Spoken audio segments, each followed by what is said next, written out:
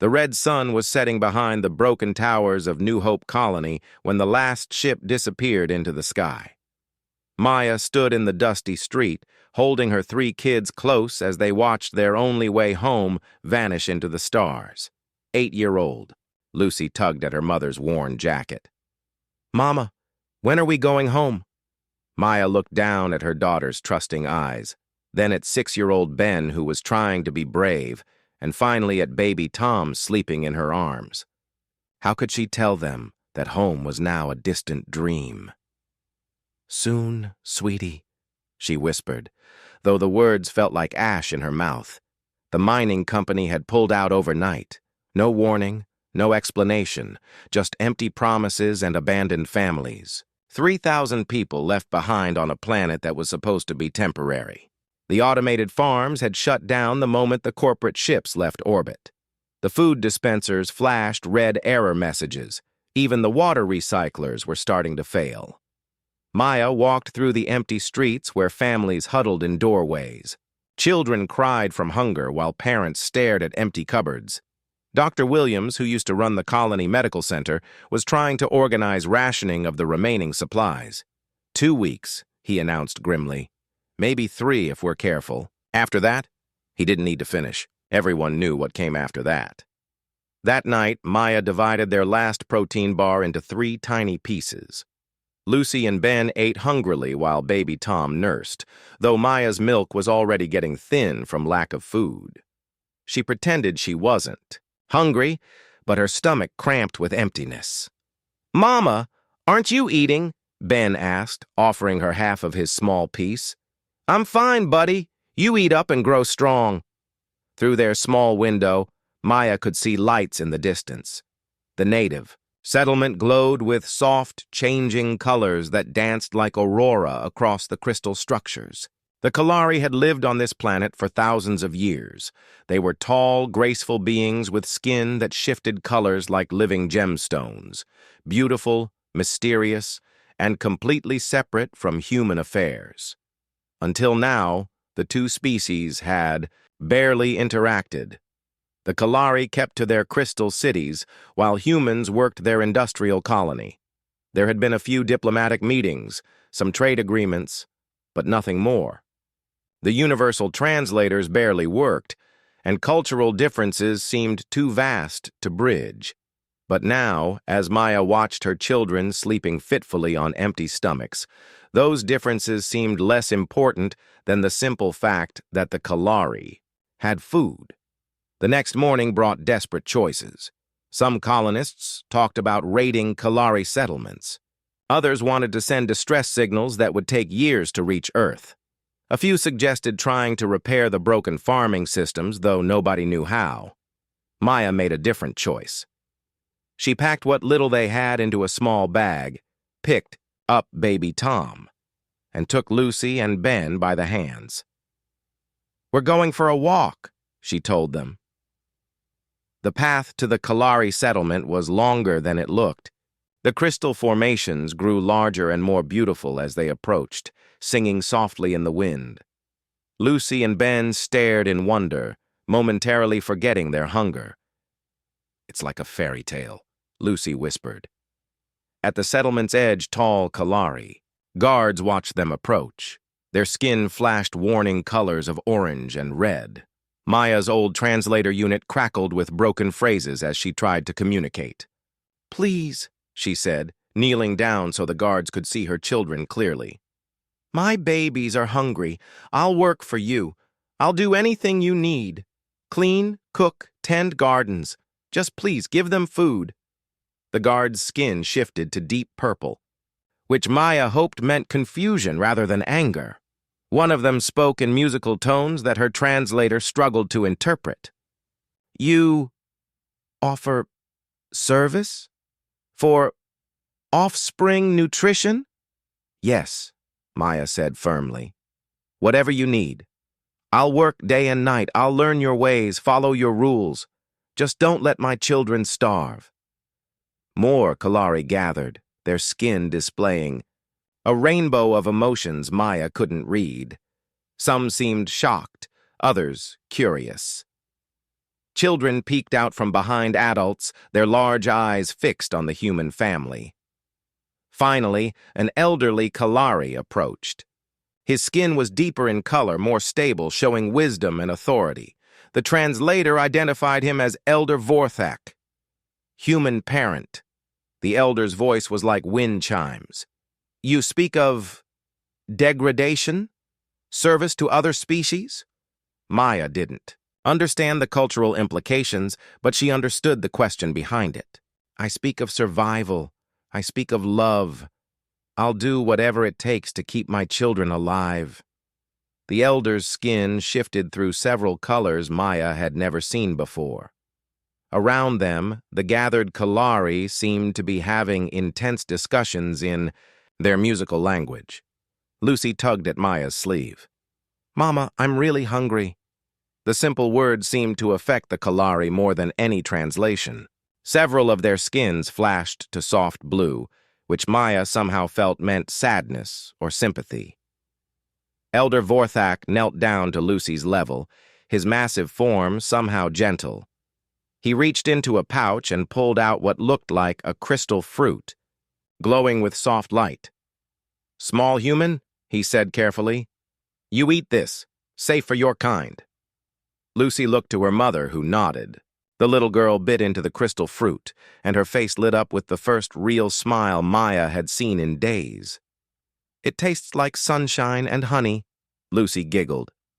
Elder Vorthak stood and studied Maya with eyes like liquid starlight. Human parent, your willingness to serve is strange to us. We do not understand this emotion you show. It's called love, Maya said simply. It's what parents do. The elder was quiet for a long moment. Around them, other Kalari whispered in their musical language. Finally, he spoke again. You will come with us. We will observe this love you speak of. Your offspring will not hunger while you remain. As they walked toward the Crystal City, Maya felt something she hadn't felt in weeks, hope. Behind them, she could see other colonists watching from the human settlement. Some looked angry, others desperate. Dr. Williams shook his head disapprovingly. She's making us all look weak, she heard someone say, begging from aliens like that. But Maya didn't care about pride anymore. Pride couldn't feed her children. As Lucy and Ben walked beside her, munching on crystal fruits and chattering excitedly about the beautiful city ahead, Maya knew she had made the right choice. Sometimes love meant letting go of everything else, even dignity, even species loyalty. Sometimes love meant being willing to become something new. The Crystal City rose before them, impossible and beautiful, and Maya walked toward it without looking back. The Crystal City was unlike anything Maya had ever seen. Buildings grew from the ground like living trees, their walls humming with soft melodies. Bridges of pure light connected floating platforms, and gardens of glowing plants swayed without any wind. Elder Vorthak led them through winding paths where curious Kalari stopped to stare. Their skin colors shifted constantly, creating a living light show that made Lucy and Ben gasp with wonder. Look, Mama! Ben pointed at a young Kalari whose skin sparkled like diamonds. They're like walking rainbows! The Kalari child's skin, flushed bright yellow, which seemed to be their version of laughter. Maya smiled despite her nervousness. At least her kids weren't afraid. They were brought to a great hall where a dozen Kalari elders sat in a circle. Their skin colors were more muted than the younger ones, showing deep purples and blues that suggested wisdom and age. Elder Vorthak spoke to them in the musical Kalari language, his words flowing like water over stones. Maya stood in the center, holding baby Tom while Lucy and Ben pressed close to her sides. She could feel the weight of alien eyes studying her, trying to understand what kind of creature would humble herself before another species. Human parent, Elder Vorthak finally said, his words careful and slow. You offer service in exchange for offspring nutrition. This is disturbing to our council. Maya's heart sank. Please, I meant no offense. You misunderstand, another elder interrupted.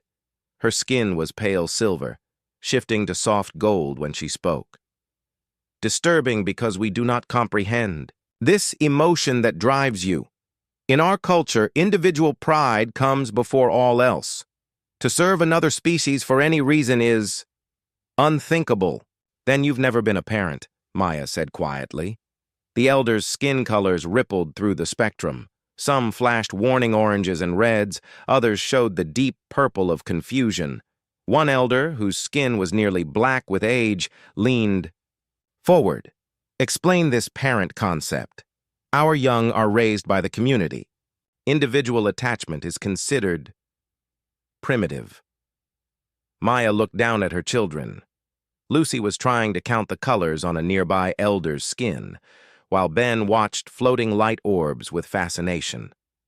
Baby Tom had fallen asleep in her arms, completely trusting that his mother would keep him safe. When you have children, Maya began, they become more important than your own life. Their happiness matters more than your pride. Their survival matters more than your dignity. You would walk through fire, face any enemy, sacrifice anything to keep them safe. The council members exchanged glances, their skin colors shifting.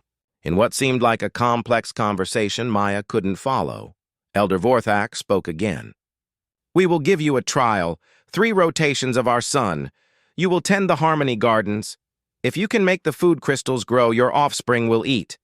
If you fail... He didn't need to finish that sentence. Maya nodded quickly. I'll do anything. Just tell me what you need. The harmony gardens were beautiful and impossible at the same time. Crystal plants grew in perfect geometric patterns, their translucent leaves singing soft melodies. A young Kalari named Zephyr was assigned to teach Maya how to tend them. The crystals respond to emotional resonance, Zephyr explained, their skin shifting through calm blues and greens. You must think pure thoughts, feel balanced emotions. Any discord will kill the plants. Maya stared at the delicate crystal formations. How am I supposed to feel balanced when my children are starving? That is the challenge, Zephyr said simply. The first day was a disaster. Every plant Maya touched withered and darkened. Her worry, her fear, her desperate love for her children created chaos in the garden's harmony. By evening, she had destroyed more food than she had grown. I'm sorry, she whispered to Elder Vorthak when he came to check her progress. I don't know how to be calm when my kids need me. The elder studied the damaged plants, his skin showing deep contemplation colors. Perhaps, he said slowly, we have misunderstood the task. That night, Maya lay on the sleeping mat they had given her, listening to her children breathe. Lucy and Ben had eaten well from the Kalari's stores, and baby Tom seemed stronger already. But Maya herself had barely eaten, giving most of her portion to the kids. The next morning, she approached the gardens differently. Instead of trying to push down her love and worry, she let herself feel it fully. She thought about Lucy's laugh, Ben's curious questions, Tom's tiny fingers wrapped around hers. She thought about how grateful she was that they were safe, how much she loved them, how she would do anything to protect them. The crystals began to glow, not the steady, controlled light that Kalari emotions produced, but something warmer, more alive. The plants seemed to pulse with her heartbeat, growing faster and stronger than they ever had before. Zephyr found her there hours later, surrounded by crystal fruits that glowed like captured sunlight.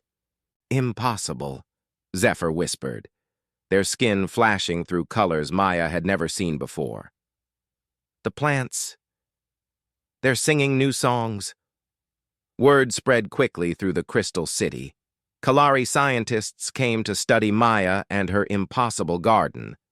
They measured her brain waves, analyzed the plant growth, tried to understand how raw human emotion could create harmony instead of chaos. Meanwhile, Back at the human colony, anger was growing. Dr. Williams had called a meeting in the old community center. Maya could see the crowd gathering from her window in the Kalari city. "She's making us all look weak," Dr. Williams was saying, his voice carrying across the distance. "Bowing down to aliens, working as their servant. We're humans. We built starships, conquered worlds. We don't beg." Other colonists nodded angrily. Maya could see them pointing toward the Crystal City, their faces hard with pride and desperation. "We should take what we need," someone shouted. "There are only a few hundred of them. We outnumber them 6-1. "Violence is not the answer," another voice argued, but it was drowned out by the crowd's anger. Maya held her children closer. She had bought them safety, but at what cost? The other colonists saw her as a traitor. The Kalari saw her as a curiosity, and she was caught between two worlds that seemed impossible to bridge. But in the Harmony Gardens, something miraculous was happening. The crystal plants continued to grow and sing, fed by a kind of love the Kalari had never experienced before. And slowly, very slowly, some of the younger Kalari began to understand that perhaps there was strength in caring about others more than yourself. Lucy ran up to her, chattering excitedly about the Kalari children who had taught her to make light, patterns with her hands. Ben followed, proudly showing off a crystal flower that had grown in response to his laughter. Looking at their happy, healthy faces, Maya knew she had made the right choice. Even if it meant standing alone between two species that didn't understand each other, even if it meant sacrificing her place in the human community, she would do it all again. Because that's what love meant. That's what being a parent meant, and maybe, just maybe, that love could teach both species something new about what it meant to be truly strong. 3 months had passed since Maya first walked into the Crystal City with her hungry children. The Harmony Gardens now bloomed like never before, fed by emotions the Kalari had never understood. Where once there had been careful, controlled growth, now there was abundance. Maya worked from sunrise to sunset, her hands gentle on the crystal plants that responded to her touch like living music. The fruits she grew were larger, sweeter, and more nutritious than anything the Kalari had produced in generations. Word had spread through their entire civilization about the human who could make plants sing with joy. Lucy had learned to speak basic Kalari, her young mind soaking up the musical language like a sponge. She spent her days playing with Kalari children, teaching them human games while learning their light dancing. Ben had discovered he could make small crystals glow just by laughing near them, something that amazed even the eldest Kalari scientists. Baby Tom was walking now, toddling between crystal formations while Kalari caregivers watched over him with gentle amusement. He babbled in a mixture of human words and Kalari tones, creating sounds that belonged to both worlds and neither. But Maya's success had come at a price. Through the Crystal City's transparent walls, she could see the human colony growing darker each day. The other colonists barely had enough food to survive, and their anger toward her grew with their hunger. Dr. Williams had forbidden anyone from trading with the Kalari. "We don't negotiate with aliens," he declared, "and we don't follow the example of traitors." Maya tried not to think about the looks of hatred she received when she occasionally returned to the human settlement for supplies. Old friends turned away when they saw her coming. Children who had once played with Lucy and Ben were told to stay away from the alien lover's kids. It hurt more than she wanted to admit, but Maya pushed the pain down and focused on her work. Her children were healthy, happy, and safe. That was all that mattered. One evening, as Maya was finishing her work in the gardens, a young Kalari scientist approached her. Kira was different from the others. Her skin showed more emotions, shifting, through colors that seemed almost human in their intensity. "Maya," Kira said, using her human name instead of the formal titles other Kalari preferred. "I have been studying you, your emotional patterns, the way you create harmony through what we would call chaos. Maya wiped soil from her hands, looking up at the tall alien who had become something like a friend. What did you find? Kira's skin shifted to excited yellows and golds. You create connections, not just with the plants, but with everything around you. When you love your children, that love spreads outward like ripples in water. It touches the crystals, the air, even us. I don't understand. Neither did we until now. Kira knelt down to Maya's level, her large eyes serious. We Kalari pride ourselves on individual strength. We believe that caring too much for others makes us weak. But you show us that caring creates a different kind of strength. One that builds instead of isolates. Before Maya could respond, alarms began sounding across the Crystal City. Not the gentle chimes of normal Kalari communication, but harsh, urgent warnings that made the very air vibrate.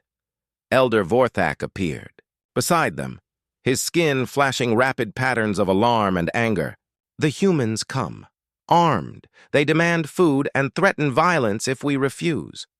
Maya's heart sank. She had feared this day would come. How many? Most of your colony. They are led by the one called Williams. Through the crystal walls, Maya could see them approaching. Nearly 2,000 desperate humans carrying whatever weapons they could find. Tools, pipes, even rocks. Their faces were hard with hunger and determination. I have to go to them, Maya said, standing up quickly. No. Elder Vorthak's skin flashed warning reds. They will harm you. They see you as betrayer. They're scared and hungry. I can talk to them, make them understand. But even as she said it, Maya knew it wasn't true. Dr. Williams had spent months telling the colonists that she had sold out her own species. They wouldn't listen to reason now. The confrontation happened at the edge of the Crystal City, where human technology met Kalari harmony.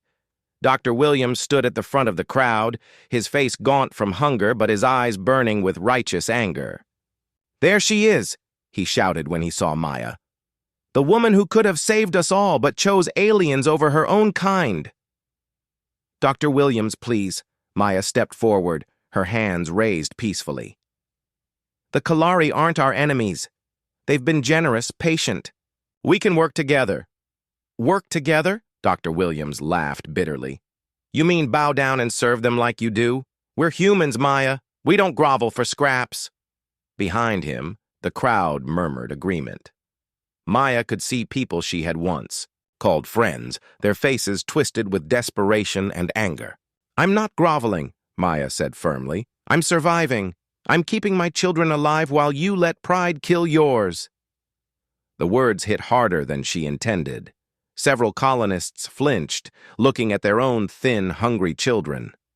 Enough talk, someone shouted from the crowd. Take what we need. The humans surged forward, but they weren't prepared for what happened next. The Kalari had defensive systems Maya had never seen before. Crystal barriers rose from the ground, creating walls of singing light that the humans couldn't break through. But in the chaos, disaster struck. A piece of broken crystal shattered by human tools fell from above. Maya watched in horror as it tumbled toward where Lucy was standing with a group of Kalari children. Lucy! Maya screamed, running forward. The crystal struck her daughter's shoulder, opening a deep cut that bled bright red against her pale skin. Lucy cried out in pain and fear, and Maya gathered her into her arms, pressing her hand against the wound. And then something extraordinary happened. Maya's terror and love for her injured child exploded outward like a shockwave. Every Kalari in the area suddenly felt what she felt. The pure, overwhelming love of a parent for their child, mixed with fear that nothing else mattered except keeping that child safe. The emotional wave spread through the Crystal City like wildfire. Kalari, who had never experienced parental love, suddenly understood it completely.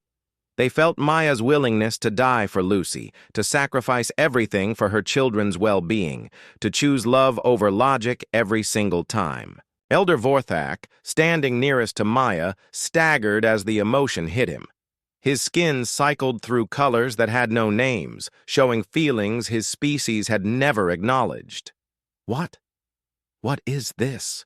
he whispered. "This is what I've been trying to tell you," Maya said through her tears, still holding Lucy close. "This is love. This is why I'll work your gardens, learn your ways, give up everything I used to be, because they matter more than anything else in the universe." The human attack had stopped. Dr. Williams and his followers stood frozen, staring at the scene before them. Even they could feel the emotional resonance flowing from Maya, a love so pure and powerful it transcended species barriers. For the first time since the crisis began, humans and Kalari truly saw each other, not as aliens or enemies, but as beings, capable of caring about something more than themselves. Lucy looked up at her mother with brave eyes. "I'm okay, Mama. It doesn't hurt that much." Maya kissed her daughter's forehead, her heart still racing. Around them, the world had changed. The Kalari now understood human love, and the humans had seen what that love could accomplish. The real work was just beginning. The crystal healing chamber hummed with gentle energy as Kalari medics tended to Lucy's wound. Maya sat beside her daughter, holding her hand while watching the alien doctors work with technology that seemed like magic. The cut was healing faster than should have been possible, leaving barely a scar. The crystal fragment carried healing properties, explained healer Zara, her skin showing calm blues and greens. "Your offspring will be stronger for having survived this." Lucy smiled up at her mother, no longer afraid of the tall aliens with their shifting, colorful skin. "Mama, did you feel that? When I got hurt, it was like everyone felt it too." Maya nodded, still amazed by what had happened. The emotional wave that had swept through the Crystal City when Lucy was injured had changed everything. For the first time, the Kalari had truly understood what human love meant. Elder Vorthak entered the healing chamber, his ancient skin cycling through colors Maya was beginning to recognize as deep thought and wonder. Behind him came Dr. Williams, looking smaller somehow, his anger replaced by confusion and shame. "Maya," Dr. Williams said quietly, "I need to talk to you." She looked at him warily. Just hours ago, he had been leading an attack on the people who had saved her children. "What do you want, Doctor?" "I want to understand." He sat down heavily, looking older than his years. "What happened out there? We all felt it. That wave of emotion. It was like nothing I've ever experienced." Elder Vorthak's skin shifted to teaching colors, the patterns Kalari used when sharing knowledge. "Dr. Williams has agreed to learn, as have we all. The emotional resonance your species creates is unprecedented." "I don't understand," Maya said. Kira appeared in the doorway, her skin bright with excitement. "Maya, we've been studying the emotional patterns you created. When you felt fear for your child, when you felt love so strong it overrode everything else, you created something we've never seen before." She activated a crystal display that showed complex patterns of light and energy. "These are brainwave readings from every Kalari in the city during your emotional surge. Look at the synchronization." Maya stared at the patterns. Even with her limited understanding of Kalari science, she could see that something extraordinary had happened. All the readings showed the same wavelengths, the same rhythms. "You connected us," Kira continued, her skin dancing with colors of amazement. "Not just emotionally, but neurologically. For a few moments, every Kalari in the city experienced human parental love directly. We didn't just observe it. We felt it as if your children were our own." Dr. Williams leaned forward, studying the data. "That's impossible. Cross-species neural connection violates everything we know about brain chemistry." "Yet it happened," Elder Vorthak said simply, "and it has changed us." Over the following days, Maya found herself at the center of a revolution in understanding between the two species. Kalari scientists worked alongside human researchers, trying to comprehend the implications of what they had discovered. Dr. Williams, humbled by his failure and amazed by Maya's success, threw himself into the research. "If we can understand how this emotional connection works," he told Maya, "it could change everything, not just for our colony, but for all human-alien relations." But the revelation brought new challenges. Word had spread to other Kalari cities about the humans who could create emotional harmony. Some saw it as a gift, others as a dangerous contamination of their pure, logical culture. A delegation of Kalari purists arrived one morning, their skin showing the deep blacks and reds of anger and disgust. Their leader, Commander Thys, stood before the colony council with barely contained fury. "These creatures corrupt our youth with their chaotic emotions," Commander Thys declared, his skin pulsing with warning colors. "Already, our young ones speak of caring and sacrifice as if these weaknesses were virtues." Maya watched from the back of the council chamber as the debate raged. Some Kalari defended the humans, speaking of the incredible growth in their gardens and the new understanding they had gained. Others agreed with Commander Thys that emotions were a disease that would destroy their civilization. Lucy tugged at Maya's sleeve. "Mama, why are they angry at us?" "Because sometimes people are scared of things they don't understand, sweetheart." The debate was interrupted by young Kalari voices outside. Maya looked through the crystal walls. To see Kalari children playing with human children, their games a mixture of both cultures. They were teaching each other songs, sharing toys, creating art that combined human creativity with Kalari harmony. "Look at them," Maya said, standing up in the council chamber. "Your children and ours, playing together, learning from each other. They're not afraid. They're not disgusted. They're just happy." Commander Thys turned his furious gaze on her. "You dare speak in our council?" "I dare speak for my children," Maya replied firmly. "And for all the children out there who don't care about species or politics or pure bloodlines, they just care about friendship." Elder Vorthak's skin showed contemplation colors. The offspring show no signs of corruption or weakness. Indeed, both human and Kalari young display enhanced creativity and problem-solving abilities when they interact. "Sentiment!" Commander Thys spat. "These emotions make us soft, vulnerable. A species that prioritizes individuals over logic will never achieve greatness." "Then explain this," Kira said, activating another crystal display. This one showed production statistics from the Harmony Gardens. Food production has increased by 300% since Maya began working with emotional resonance. Medicine synthesis has improved by 200%. Even our technology has advanced as we learn to combine logic with intuition. The council members studied the data, their skin colors shifting through various shades of surprise and interest. Maya felt a moment of hope, but it was shattered by Commander Thys's next words. "None of this matters. The High Council has made a decision. These humans will be relocated to a distant world where their emotional contamination cannot spread. The children will remain here for study." The words hit Maya like a physical blow. "You can't separate us from our children." "We can, and we will. The young ones will be raised properly, without the chaos of human emotion.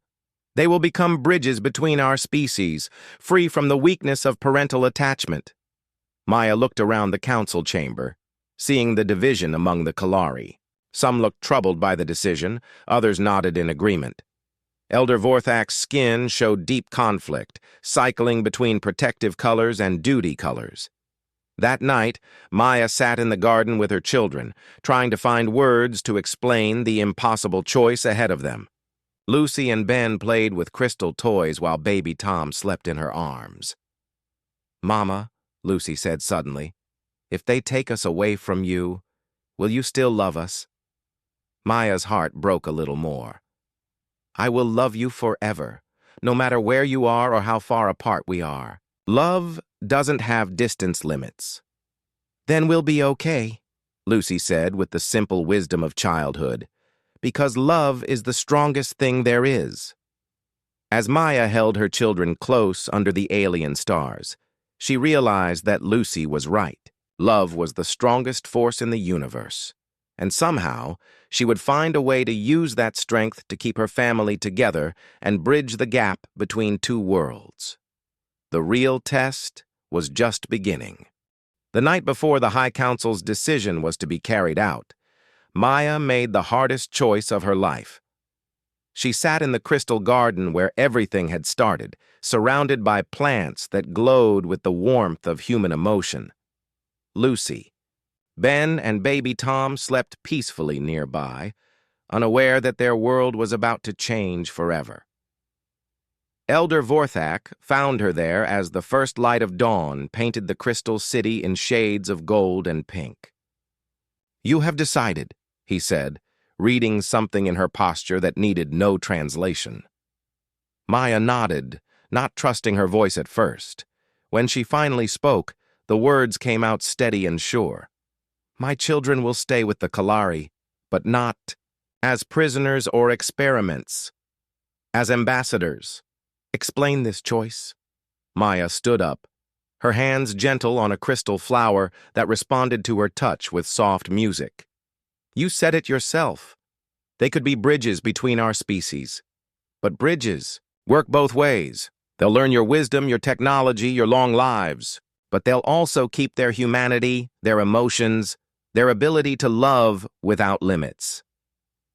Elder Vorthak's skin shifted through complex patterns of understanding and respect. "And you? The High Council demands that adult humans be relocated." "I'm not just any adult human anymore," Maya said with quiet determination. "I'm the one who taught your people what love means. I'm the one who made plants sing with joy instead of just existing. Commander Thys can relocate me, but he can't relocate what I've already given your people." Over the following hours, Maya's plan unfolded with careful precision. Dr. Williams, transformed by his understanding of what Maya had accomplished, worked with progressive Kalari scientists to document everything they had learned about emotional resonance. Kira and her team created crystal recordings of Maya's work in the gardens, preserving not just the techniques, but the emotional patterns that made them possible. But the most important part of Maya's plan involved the children themselves. Lucy, with her gift for languages and her fearless curiosity, had already begun teaching other young Kalari about human creativity and imagination. Ben, whose laughter could make crystals bloom, showed them that joy was not weakness, but a different kind of strength. Even baby Tom, with his innocent trust and pure emotional responses, had become a favorite among Kalari caregivers who were learning to value gentleness over stern logic. When Commander Thys arrived with his ships to enforce the High Council's decision, he found something he hadn't expected: resistance from his own people. Young Kalari stood alongside human children, their skin displaying unity colors that had never been seen before. Adult Kalari who had worked with Maya spoke passionately about the improvements in their society. Even some of the council elders questioned whether separation was truly the best path forward. "This is exactly what we feared," Commander Thys declared, his skin flashing angry reds. "The emotional contamination has spread beyond control." "It's not contamination," Lucy said, stepping forward with the courage that only children possess. Her Kalari was now fluent, her words carrying the musical tones of both languages. "It's friendship. It's caring about each other even when we're different." Commander Thys stared down at the small human child who dared challenge him. "Child, you do not understand the complexities of interstellar politics." "Maybe not," Lucy replied, "but I understand love, and love built this." She gestured to the thriving gardens, the integrated community, the humans and Kalari working side by side. "Mama always said love is the strongest force in the universe." I think she was right. The confrontation that followed changed everything.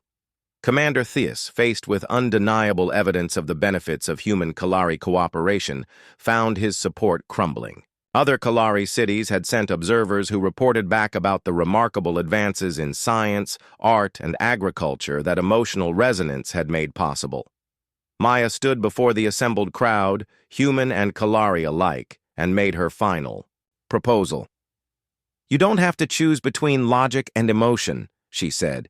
"You don't have to choose between individual strength and caring for others.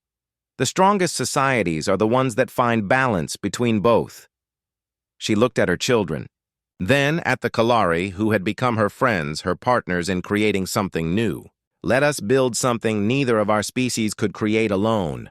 Let the children learn from both worlds. Let the adults work together to solve problems that pure logic or pure emotion couldn't handle separately. Let us show the galaxy that different doesn't mean enemy." The vote, when it came, was closer than anyone expected. But the combination of practical benefits, children's voices, and the undeniable evidence of success tipped the balance. The High Council agreed to establish the first integrated human Kalari colony. 5 years later, Maya walked through gardens that had grown beyond anything she had ever imagined.